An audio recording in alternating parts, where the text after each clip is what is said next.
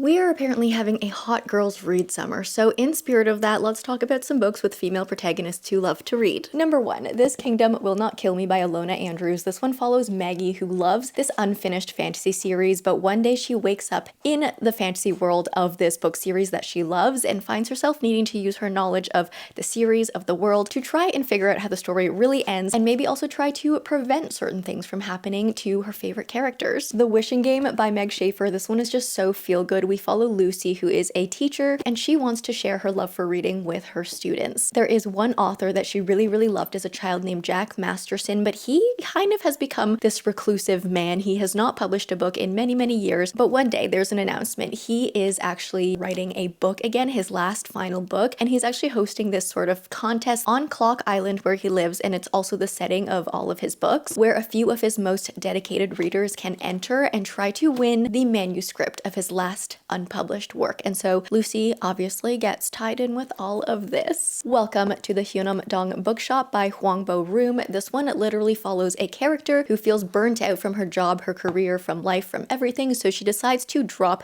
everything to open this really cute little bookstore in a quiet Korean neighborhood. Next up, This Book Made Me Think of You by Libby Page. This one follows Tilly, who has recently just lost her husband, and since his passing, she has not been able to pick up a book. She used to love reading, but she just can't seem to find the joy in it anymore. It's now been 6 months since his passing, and she gets this mysterious package, and when she goes to collect it, she finds out that her late husband actually has left her 12 book gifts to redeem one a month. So now every single month for this next year, she will receive a book from him and a letter from him. And as we go on through this year with her, we see how these books help her kind of discover, learn how to live again without her husband. A bit of a newer release for this next one, Phoebe Berman's Gonna Lose It by Brooke Averick. This one follows Phoebe, and she as a teenager promised herself that she was going to lose her virginity before she turned 30, but she's now like a month from turning 30. She still hasn't done it, so she makes this sort of task list, checklist, bucket list to help her lose her virginity. Phoebe herself is a character that loves